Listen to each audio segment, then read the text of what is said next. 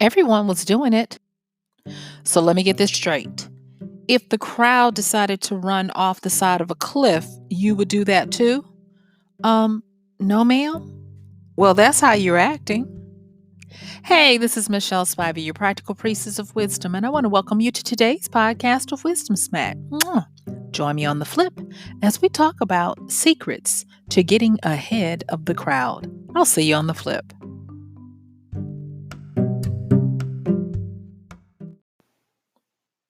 Secrets to getting ahead of the crowd. Let's just dive right into it.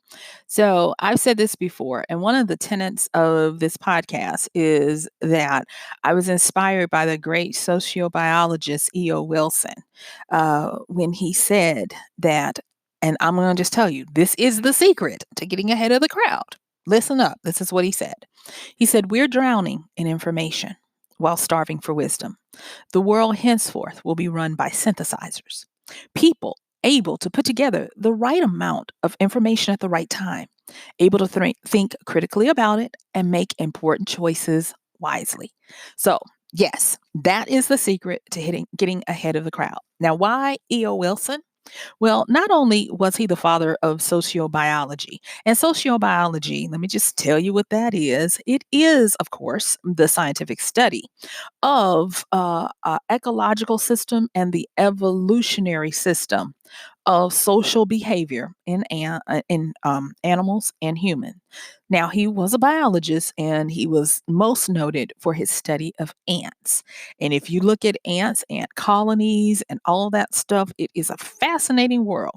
And of course, looking at this man who was able to study a culture that is a microcosm of our bigger ecological system, and then being able to take that and bring it up to the human level. He did so many powerful things. This is not about E.O. Wilson today. This is about you. So let me stop gushing over my love for E.O. Wilson and just let you know that secrets to getting ahead of the crowd is really important because uh, if if you continue to go the way you're going to have more anxieties, depressions, panics, and those types of things infiltrating your world, if not yourself. And so, this is kind of today a love letter to you to let you know that you have got to find a way to get ahead of the crowd because the weight of the crowd is becoming a crushing force on so many people that are not aware of why and what is happening to them. So let me just talk real quickly about the crowd. Now, I've talked in previous podcast about this infamous crowd, and in 1895, Gustave Le Bon wrote about his observations of how the crowd acted differently from individuals. Why was it that a man of morals and education, when um, in enrobed in the crowd of other people, would become irrational? And I will just tell you, in the book The Crowd, he did not have a lot of good that came out of his observations.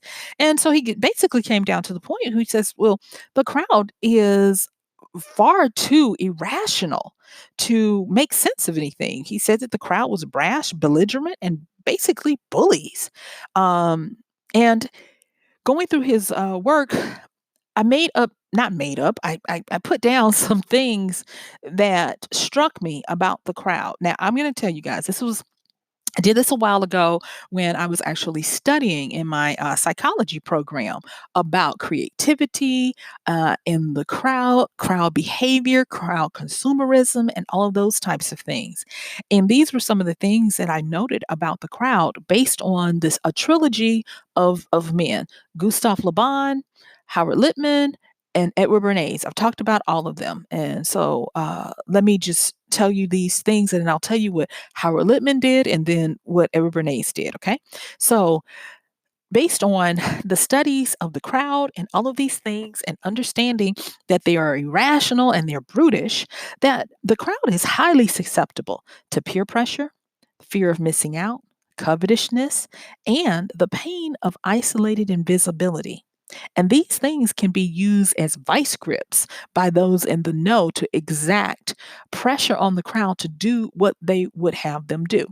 Now, where you had Gustave Le Bon in 1895 talking about his observations of the crowd and how the crowd is, they're not good. They're not good actors. But then on the other side, as he continues to talk about the crowd, he talks about the crowd as the individual, how they handle politics, how they handle social aspects, and all of that. He came to the conclusion that the crowd is basically stupid. So Howard Lippman picks this up and he's like, based on what Gustave Le Bon does, and Howard is doing this like around the early 1900s, 1910s, and he puts out some books about his theory of the crowd. And he's appealing to people of power because until now, people of power were not aware that you could talk to people as a unit that had a different entity and personality type. At first, everybody thought that everyone in the crowd was smart. And that now, of course, we know now that there is a wisdom to the crowd as well. But during this time, at the turn of the century, the 1900s, 20th century, we've got these guys looking at this stuff, and they were going to give birth to a whole bunch of stuff they didn't even realize they were going to do. But anyway, and can y'all tell I get excited when I talk about this stuff? Thank you so much for listening. And I hope this helps you because it does have some pertinence to secrets to getting ahead of the crowd. So just bear with me. So, whereas Le Bon talked about his observations of the crowd, Lippman picks this up and he says, okay, the crowd is stupid. And so he moves into the herd mentality of a crowd where instead of just observing them and being appalled at what the crowd is capable of doing, he says, well, why don't we take that power from the crowd? Because the crowd does not deserve to have that kind of power. And if you're in government, or if you are a merchant, or if you have clout, political or money wise, you should have the power. And so Littman starts talking about ways to manipulate the crowd, ways to use these characteristics about them, either against them or to quote unquote help them. Because now Littman is saying these poor babies, they don't know what they're doing. They don't know how to handle power. So let's take it from them and let's do right for them. So then Edward Bernays comes up and he's talking around the same time, and it's so funny that you got this trilogy of men in this burgeoning innovation, if you will, of understanding people as a entity, an ecological system, if you will. Shout out E.O. Wilson. Okay, and so Bernays comes in and he says, okay, so what we can do is we can not only take this power from them, because it is true. The crowd does not know how to act. The crowd does not know how to do well for themselves. But what we can do is we can now make it where they accept it as their idea. And Edward Bernays is the nephew of a famous man, Sigmund Freud, on both his mother and his father's side. And he adores his uncle and his powerful work and studies with him, comes back, he brings this back, and he writes books as well, and he appeals to the powers that be, whether they be corporations or even countries. And he starts what is called propaganda. But someone comes behind him about 30 years later, Adolf Hitler, and it is revealed that Adolf learned from Edward Bernays how to use propaganda to sway a country. And so Edward Bernays does what he does very well, and he's like, we can't use that word anymore. And so they come up with a nice word called public relations. And so then the branding is done where he is ostracized himself from the term propaganda, and instead he is public relations, and thus we know him as the godfather of public relations. And he is the reason why a lot of people believe that life is the way it should be but it doesn't hold up to scrutiny, because if you look at life as the way it should be based on culture, it changes. All right. So thank you for letting me tell you all that stuff, because it was a setup to be able to give you a crash course on understanding the crowd. And now, with the advent of all this information and people starving for wisdom, when we go back to what E.O. Wilson said, um, with the way he was evolving us, that the crowd is not necessarily stupid. The crowd does not necessarily need to be led, but there are some characteristics of the crowd that we need to know. And that is, even though the crowd doesn't need to be led, the crowd is always looking for a leader. A crowd is looking for a leader, a guru, a master, a messiah, even. And the crowd will latch on to someone, whether that person wants to be in that position or that person is at the opportune time to be co opted for that position. But you have to be careful because the crowd is still the crowd, and the crowd can exalt you one day and crucify you the next. And many people know that. That is how you can have people who get 15 minutes of fame, and then once the crowd does what it does, it bets, it gets on there, it looks at every part of your life, you become the villain. And so, like I said, there are telltale signs of what the crowd does, because understanding the characteristics of the crowd will help you to not get in the position of wanting to lead the crowd, but get in the position of being ahead of the crowd. I was talking with a client the other day, and we were trying to get down to what they wanted to do for their livelihood, as their business. And they kept alluding to the fact that they wanted to be industry leaders. And I was like, do you really know what that means? And so taking them through what it meant to be an industry leader and how that plays out in the crowd, and how they did not have the necessary resources. And I'm not just talking about physical resources, I'm talking about psychological resources for them, their team, and their families to take on that. We came up with a different understanding. And part of what I was helping them with, I'm going to be sharing with you today. So basically, you're kind of like getting part of a high level consultancy for free. See, we give. All right. So, um, some other characteristics of the crowd that we don't want to not we don't want to ignore is that the crowd always wants simple shortcuts to gain something without having to go through normal means.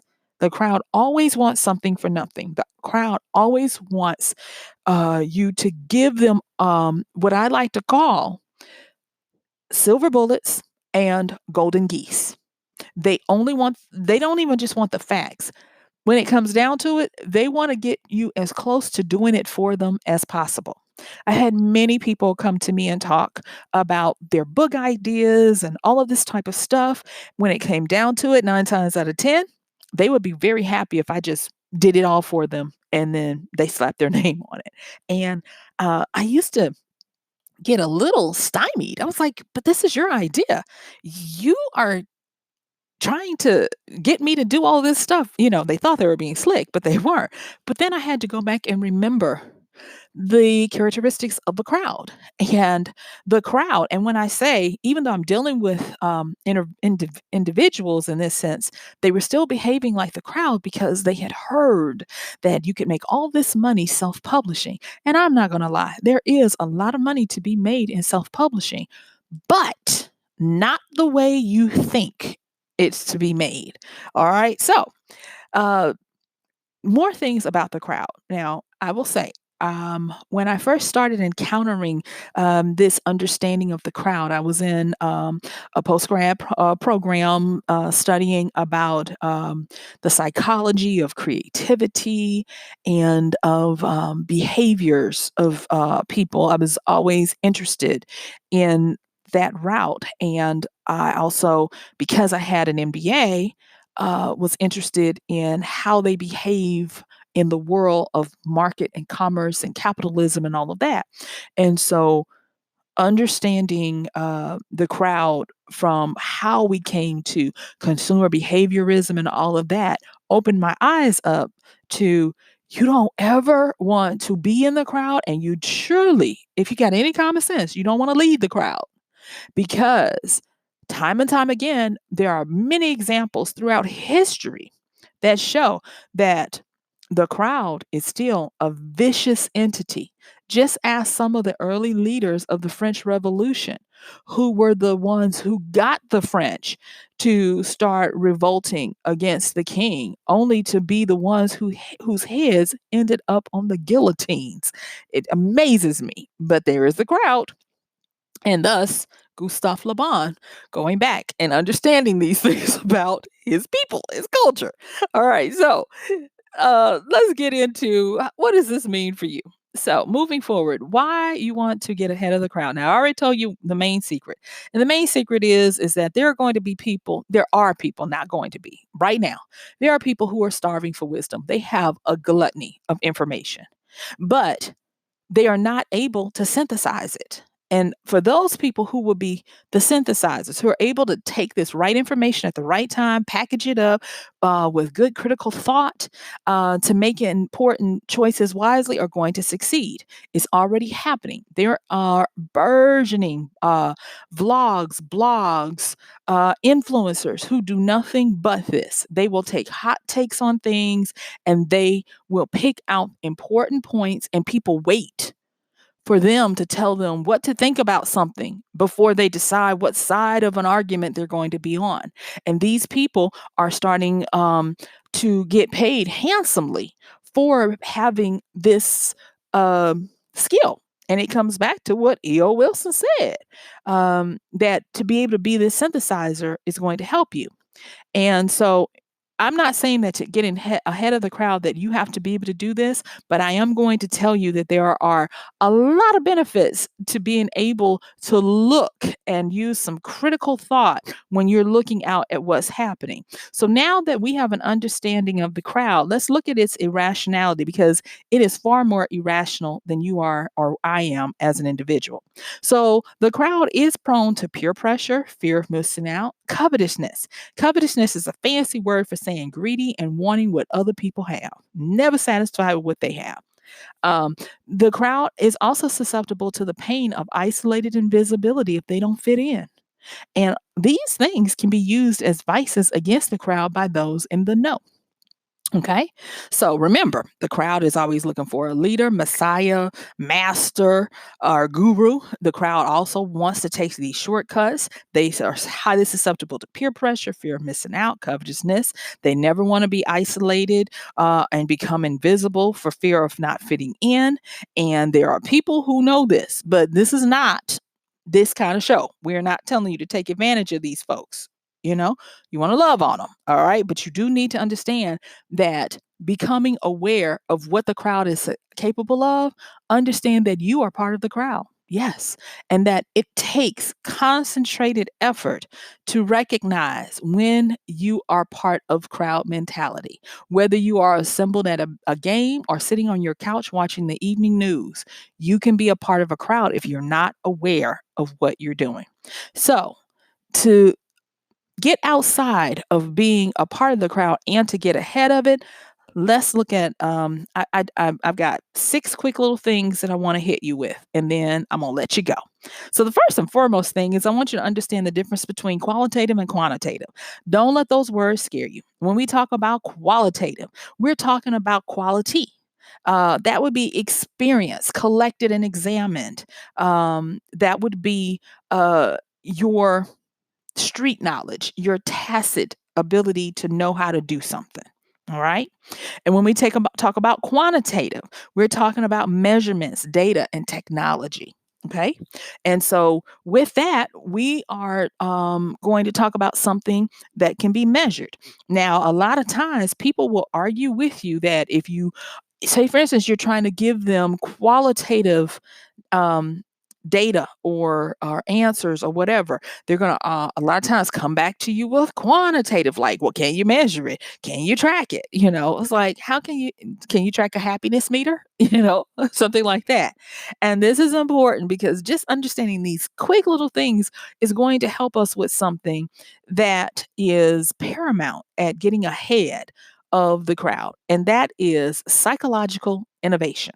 All right. So let me give you an instance of psychological innovation.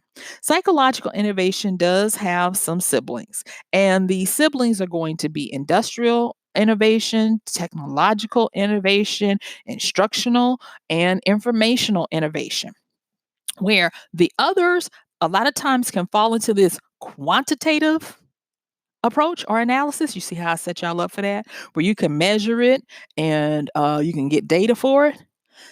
The psychological innovation is going to have more of a qualitative approach to it because it's based on experience and your school of hard knocks and all that kind of stuff.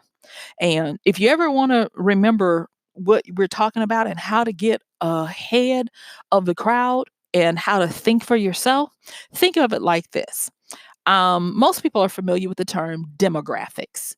And so when we're talking about demographics, we're talking about the facts of a people. What's their age, their income, their ethnicity? Where do they live? How far do they drive? What car do they own? So these are all facts. And guess what? Those facts can be measured, quantified, and you can get some idea of a person factually. These data points are what economists love to use when they're trying to tell you about people.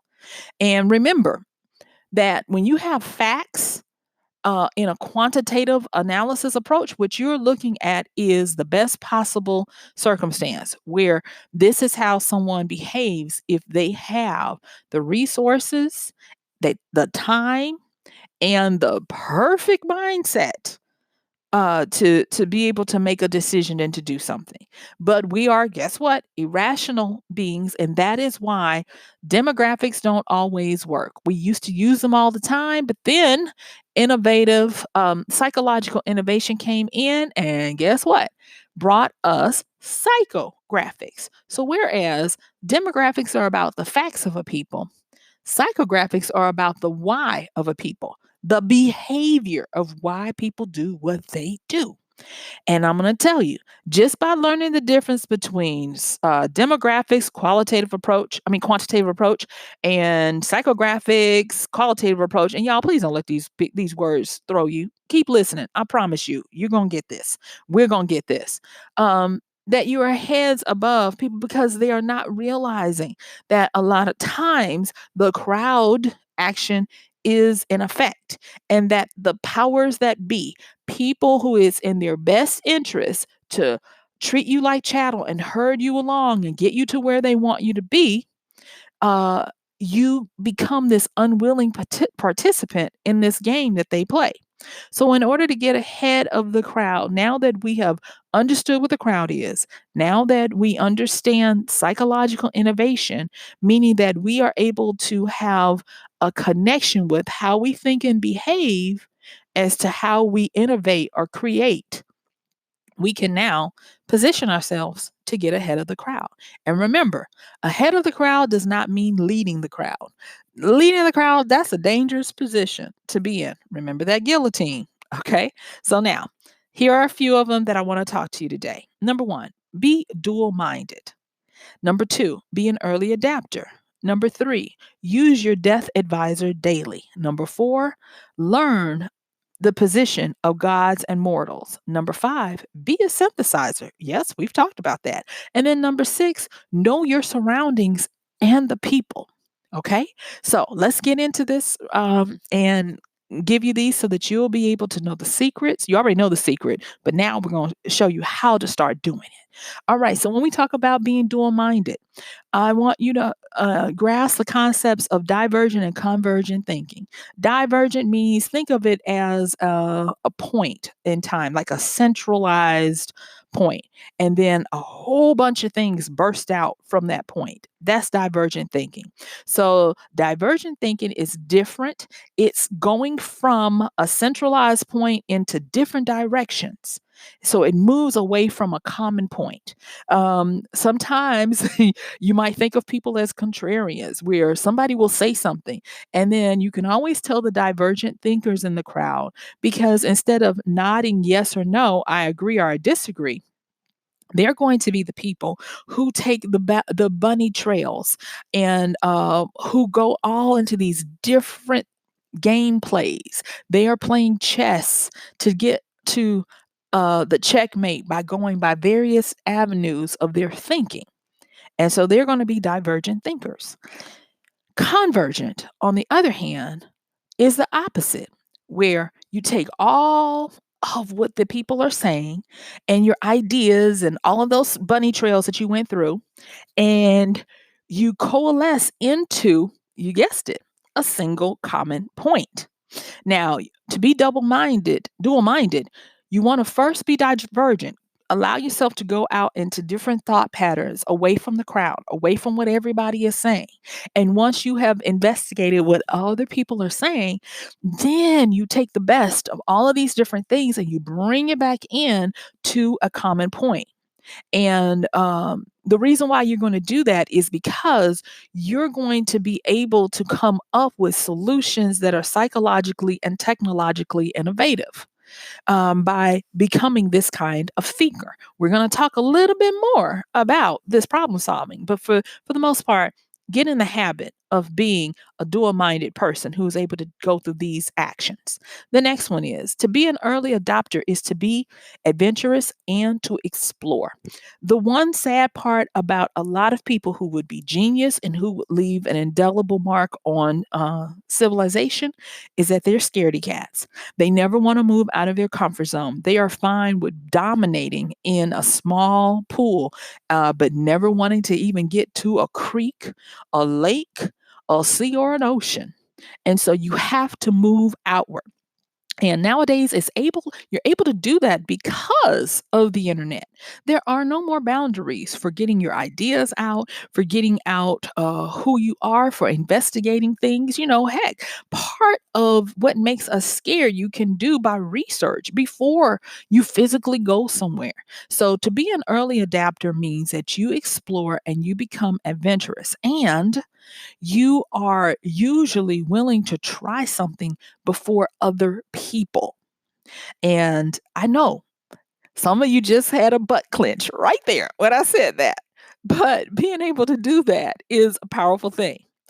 Let me just tell you this part, that to be an early adopter uh, means that you are willing to be an independent participant and not simply an evolved observer or bystander. See, there's one thing about being able to pick out when this is crowd behavior and be a quote unquote above it. That just means that you're an observer. But when you become an early adapter, that means that you become an independent participant on the field doing the stuff, but doing it in your own way. It's where you are able to be on the field, but you're running your own race. You're marching to your own beat.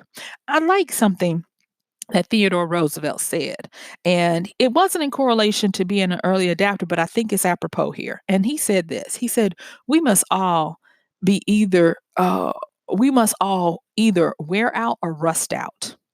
Every one of us. And he says, my choice is to wear out. And what he meant by that is when you run your race, when you live your life, either you become obsolete by never taking a chance, meaning you rust out, or you expire having done everything that you wanted to do because you just simply wore out. You ran your race diligently and greatly every day. And yes, he is the same person who came up with the man in the arena speech that I've talked about a few times on other podcasts as well. Check that one out if you're not familiar with what I'm talking about. Um, and so looking at being an early adopter, be willing to wear yourself out. Les Brown has a funnier way of saying it, and he says, there is no safe place. Every one of us goes out of here the same way, through death. There is no escaping death. And so to be an early adopter, why don't you just go on and choose to wear yourself out instead of rusting out by being confined into your little small safe place? The next thing about being an early adopter is to learn how to sharpen your perception and knowledge bank. One of the things that E.O. Wilson quote says, he starts with the fact that there's a lot of information. You can't really do this getting ahead of the crowd without having a broad database on a lot of different things. And I've said this one before as well. And that is that in today's world, we are required to be hedge foxes. That comes from the idea of these two animals, where you have a hedgehog who burrows down. That would be a person who is an expert in a specific area. But then you have a fox, and if you think of the fox is cunning. The fox moves quickly and around, and that fox is going to be a generalist. They're going to know a little bit about a lot of things. But in today's world, we have to be hedge foxes. And the book Curious is where they do a great treatise of this idea of the hedge fox. Okay. So then there are ways to look at different areas of inspiration. There are a lot of places now who curate for you. You can do things like if you look at the Morning Brew and all of smart news and all of these different places that will just give you a snapshot of everything that's happening. That's going to help you to develop this eye for sharpening your perception. Now, I could go on, but I want to move on to the next one. So the third one is going to be use your death advisor daily. Now, I just talked about Les Brown, but I want to bring him back up again. And that is his true what he said. There is no escape plan. The only way you get out of here is death. Until now, now we still haven't figured out another way to get out of here, but through death. And so there's no safe option. You must be aware of that. And so when we talk about the death advisor, I've brought that up before um, with this proverbial advisor of death being on your left shoulder, always reminding you that every second of your life, every phase of your life is to a finite end, that we are all going to die and that you don't have forever to squander. You don't have forever to do whatever it takes for you to do. And if you would keep that in mind, it will help you to make better decisions. And as a person getting ahead of the crowd, outside of the crowd, when you use your death advisor, you're going to make decisions and choices that are more profound than you ever would know. Um, and I like to say, with this death advisor, consulting it daily, it helps you to understand what your worn out plan will be. Remember Theodore Roosevelt saying he would choose to wear out instead of rust out? Yeah, your death advisor helps you to know this is something that you're working towards so that you can smile when you're getting out of here. You know, dying daily through self examination and self interrogation is part of the job of the death advisor. To die daily by being honest, to examine who you are and where you are, and to ask yourself the important questions that help you to move forward, not by anybody else's concealed machinations, but by your ability to make the choices that you can within the environment and the culture that you're in. And another thing I want to say about this, and this is by the famous Roman poet and uh, contemporary of Horace, way back from the latter part of the first century and the second century AD. His name is Juvenal, and he is not Juvenile the singer or performer, Juvenal, and he was known for the satires. And this is what he said, and it was profound. And I was like, that Juvenal, I can imagine him having a sharp comeback. But this is what one of his most notable things is. And he said, the world was not big enough for Alexander the Great, but the coffin was. And whenever I think about that, I think about use your death advisor daily because that coffin is coming for you. Ashes, whatever you want to call it. Okay. He said the world wasn't big enough for Alexander the Great, but the coffin was. I was like, okay, that's some perspective there. So die daily by self-examining and self-interrogating yourself, asking those right questions, looking at yourself with a clean, clear glass, magnifying glass, so that you don't find that you are simply regurgitating other people's vomit of what they want you to do and be. Get outside the crowd. Number 4, gods and mortals. And there's a saying that says, we are gods of the universes we create and mortals of the universes of others' creations. Daily, ask yourself, is this the time for you to build other people's dreams or for you to build your own? Now, this is not categorical, but for a lot of people, a lot of crowd people, they first pay their dues by helping other people build their dreams. And then once they have learned, and you know how we said, increase that database of information and knowledge and learn how to critically think. Once they've done that by helping other people build their dreams, then they move on to their own. But if you came here knowing that this is my dream, I know what I'm here to do, you need to concentrate on building your dream and not getting sidelined by building others. And it is okay if you're building somebody else's dream right now, whether it be on another job, a project, or whatever. It's okay. And even if you never change for building somebody else's dream, if that's what you agreed to do here, that's fine. Just know what is at play. Knowing is half the battle. And do daily deeds for your community. The more you support those around you, the more you tap into the law of affection. We talked about the law of affection the other day, and that is the law that simply says the more you provide value and help and support and usefulness to others, the more you gain, whether it be wealth, prestige, popularity, good reputation, and those types of things. So, as a God in your creation of your universe, living your dream, when you help others, you establish that godship.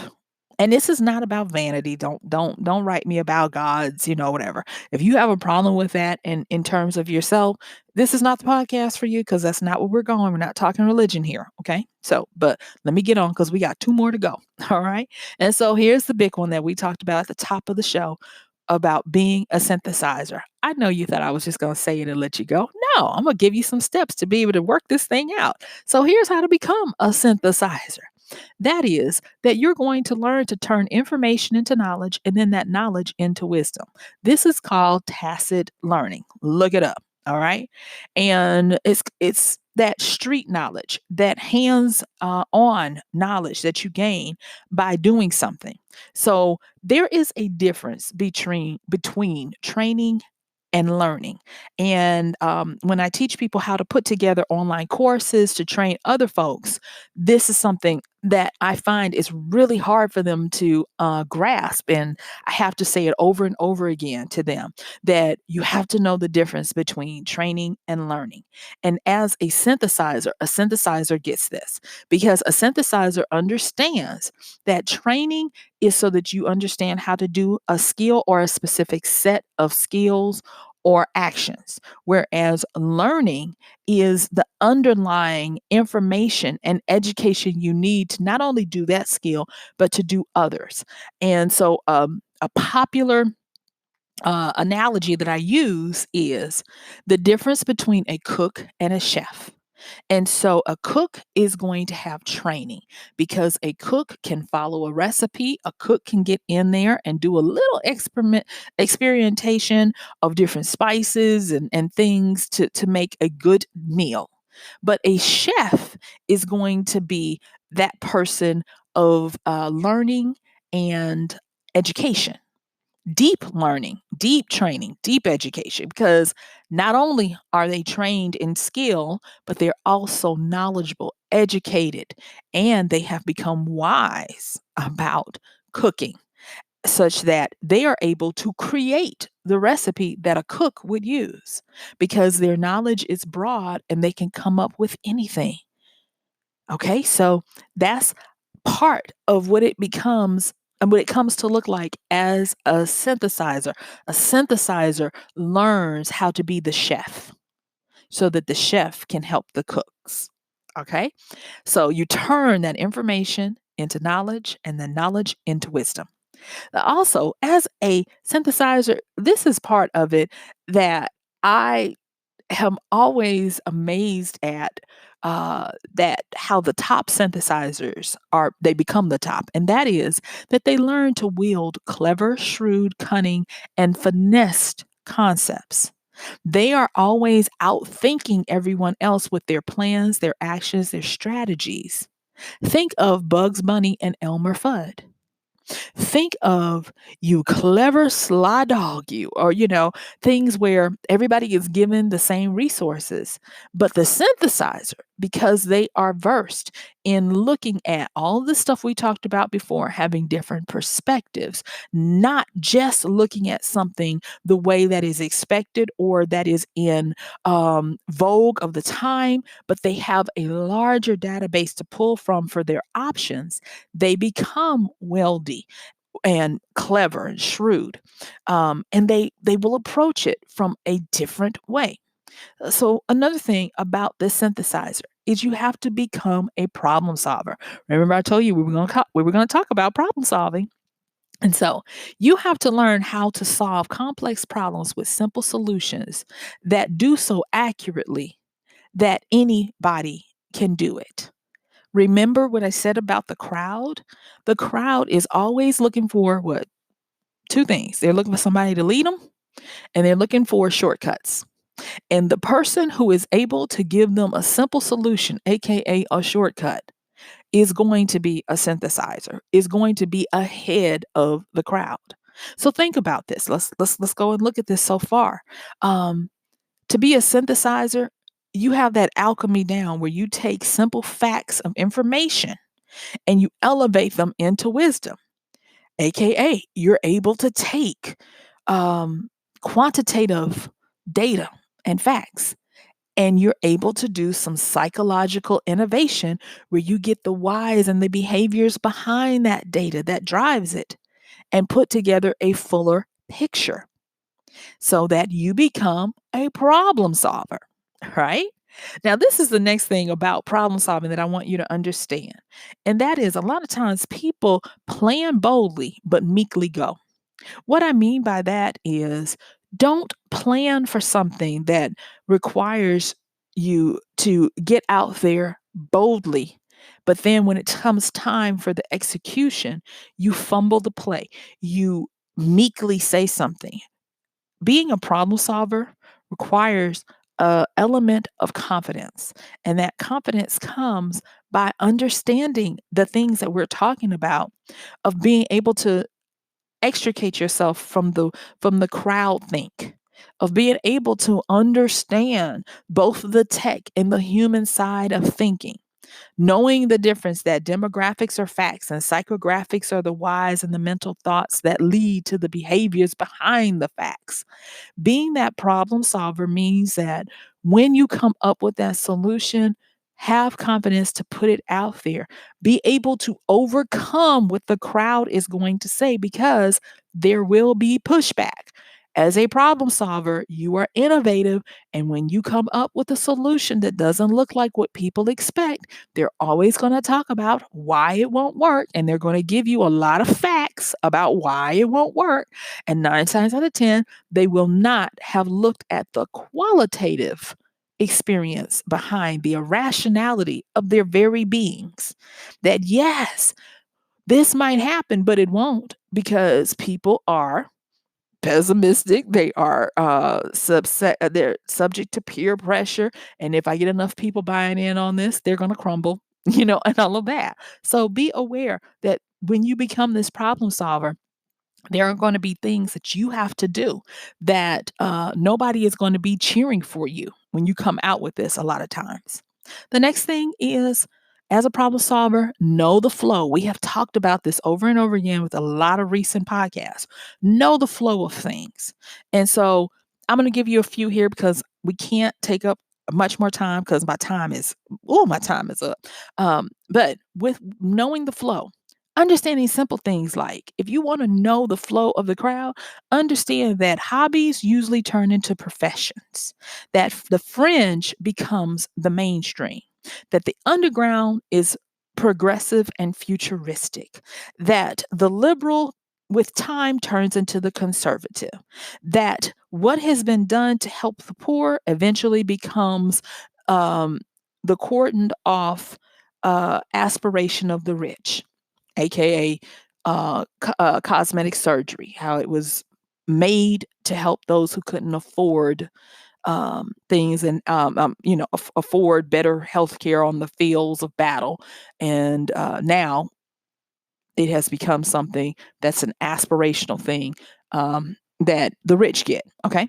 And then this next one is know that that you must ride the cusp of a breakout, meaning that to know the flow, you need to know that the flow is always in front of the wave.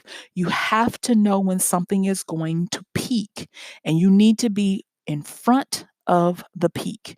To be too far out means that you are the sacrificial lamb, but to be in front of the peak where it's beneficial for you is going to be the best place. So even though you're going to be an early adapter, you're going to hang around to be part of the early mainstream so that you can get benefit of what you do. Okay. And so the sixth one is know your surroundings and the people in it. Um, Again, there is this famous quote that comes from a book that I loved called "The Engines of God" by Jack McDevitt, and he one of his characters, a female archaeologist in the book, she says, "Show me what a people admire, and I will tell you everything about them that matters." And that has been something that I have used in understanding how to chart what the crowd is doing and how to get in front of it and those types of things. Um, Leo Tolstoy even said that time and patience are the strongest warriors. And when you have the time and the patience to observe and to um, learn and to get out there and try some things, then you become very powerful in being ahead of the crowd. Um, uh, Calden, which is he was a famous psychologist before we even knew what the term psychology was. He liked to know his surroundings of the people, and he came up with the four types of generations that repeat over and over again from his observations and from working with people. And he said that they were defined by certain trades. Traits and attitudes. And he said that you have the revolutionaries, the orderlies, the pragmatists, and the skeptics.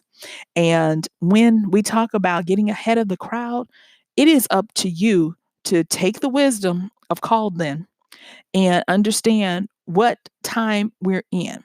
So, real quick, the revolutionaries, those that's the generation who upends any kind of established system that, and they come with it with great challenge.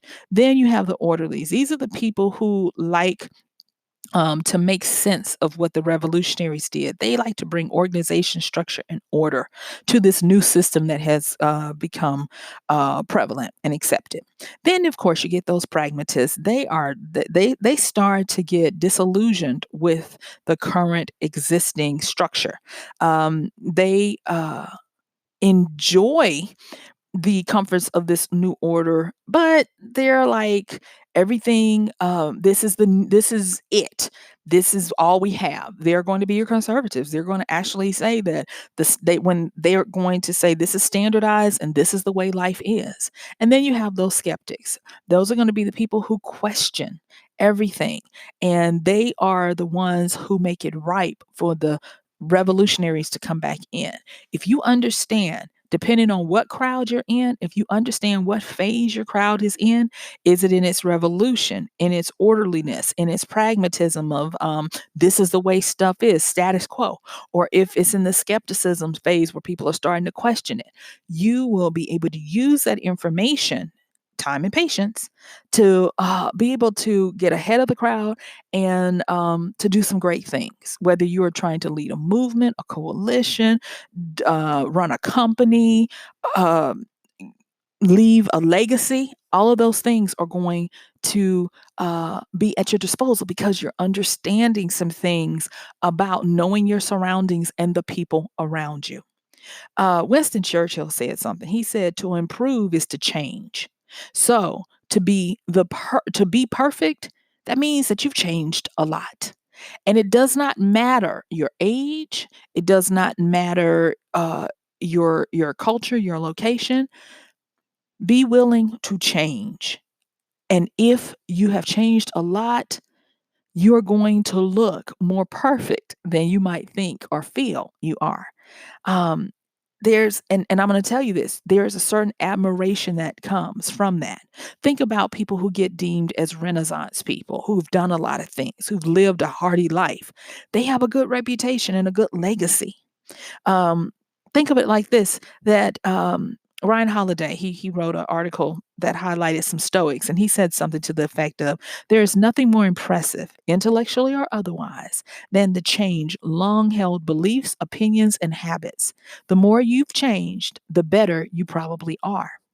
And with that, I want to leave this summation because I have gone way over today. Thank y'all. I know it's probably a little bit intricate. You might want to take some notes, but if you do, you're going to be amazed. If you put this into action, you're going to be amazed at how far ahead you get. Remember, I had some people that paid me to give them this information. So, the secret to getting ahead is that you really want to be a synthesizer. You want to be able to take all that information coming at us and turn it into wisdom. You want to be able to have the right information at the right time. You want to have critically thought about it from different perspectives and then used it wisely to help yourself and others. And so, with becoming that synthesizer, 6 points: be dual minded. Think divergently, where you allow yourself to go out into different directions of thought and then converge those thoughts to bring them back in and land on a new common point that's full of wisdom and is usually going to be a great idea or a great solution to a problem. And then you want to be an early adapter, be adventurous and explore. Go out, learn some things, and decide to be worn out instead of rusted out by doing this. Next, use your death advisor daily. Yes, no one escapes death. And use that to understand that you don't have all day long to get something done. That as Juvenal said, the world wasn't big enough for the Alexander the Great, but a coffin was. Do everything you can to make the best of your life. Every day is not promised, and that should dictate how you live each day. Um, Die daily by self examination and self interrogation. Number four, uh, use the power of being a God and a mortal. Understand that the universe you create, meaning the world that you create, the dreams that you have, that you live, you become the God of it. But as a person living in somebody else's universe, you are the mortal. Understand what time you're in. Is this your time to help someone else build their dreams, or if it's time for you to build yours? And it doesn't matter. You're not wrong with either one. Just understand. Be willing to build a legacy, a brand, and a reputation because these are internal. And of course, make sure that you do daily deeds to affect the law of affection. And then number five, being a synthesizer. Turn that information into knowledge. Become clever, shrewd, and cunning with how you enact your plans and your actions. Be Bugs Bunny, not Elmer Fudd. Be that problem solver that we talked about. Know the flow of how information goes, hobbies, fringe, and the movement of how movements go. And then, of course, know your surroundings and the people around you. Understand that if you are in a group, how to stand out from them is first identifying what movement of a four-stage movement you're in, whether the group is revolutionaries, orderlies, pragmatists, or skeptics. And then be willing to change and change often so that that is what perfection is, the purification, the working through all the things that you come here with so that when you leave worn out, but you leave well worn. And guess what? My time is up. I thank you for yours. Y'all, I know that this one was a bit hearty and a lot of concepts were thrown at you, but hey, take notes, listen to it. I wanted to make sure that before we get out of this decade, I left you with some things that I wanted to have said for a long time, but needed to make sure that I could say them in a way that that would be a blessing to you. So Yes, this has been Michelle Spiva, your practical priestess of wisdom, with another podcast of Wisdom Smack. Don't forget to check the show notes and please consider using our Amazon link at michellespiva.com/AMZ for all of your Amazon shopping needs. And if you do, we might get a little bit of financial consideration that will be used to further our daily podcast. So, with that, have a wonderful rest of your day. And guess what? Yep. I'm going to see you tomorrow. Bye.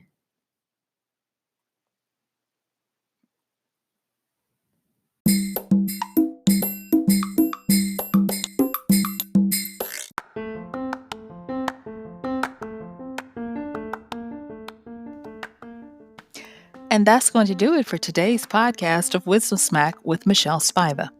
If you like this podcast, please help us get the word out. Like, comment, subscribe, and even share.